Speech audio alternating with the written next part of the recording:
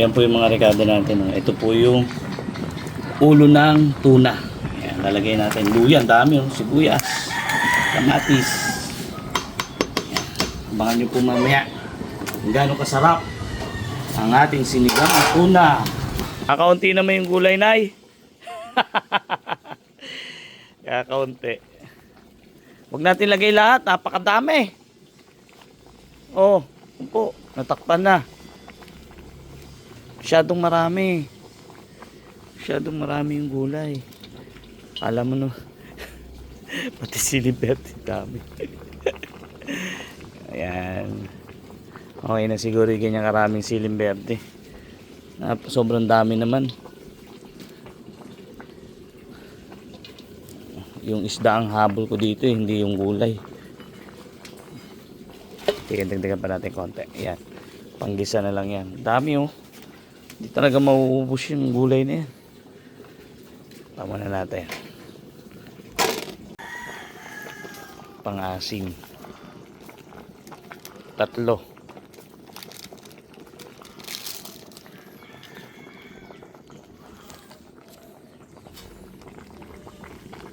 Pag kulang, dagdagan natin.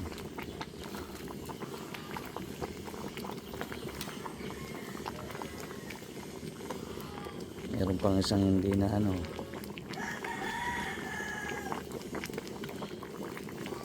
Sarap niyan, Brad. Napakabisa niya, no? Sinigang na ulo ng tuna. Ito, ano pa lang to? Yung pinaka sa may parang ilalim niya.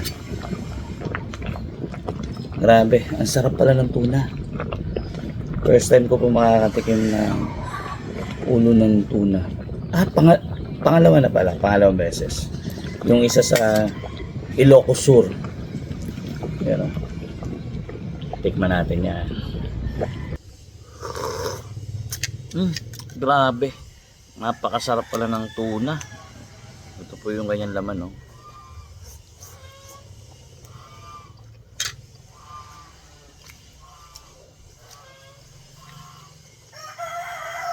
Malambot yung laman niya. Tapos talagang nanunuot yung lasa sa laman.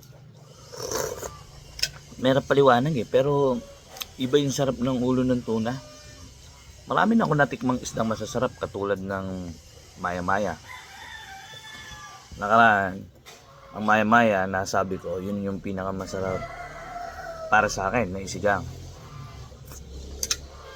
Pero natikmang ko itong tuna. Hindi na magbabago isip ko. O magka-level sila ng sarap. Sarap. Ayan o. Grabe. Alam nyo naman, yung tuna sa dilata. Yung palang masarap na.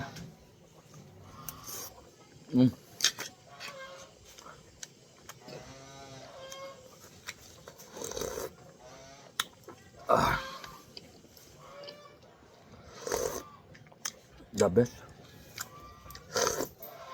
The best in the West.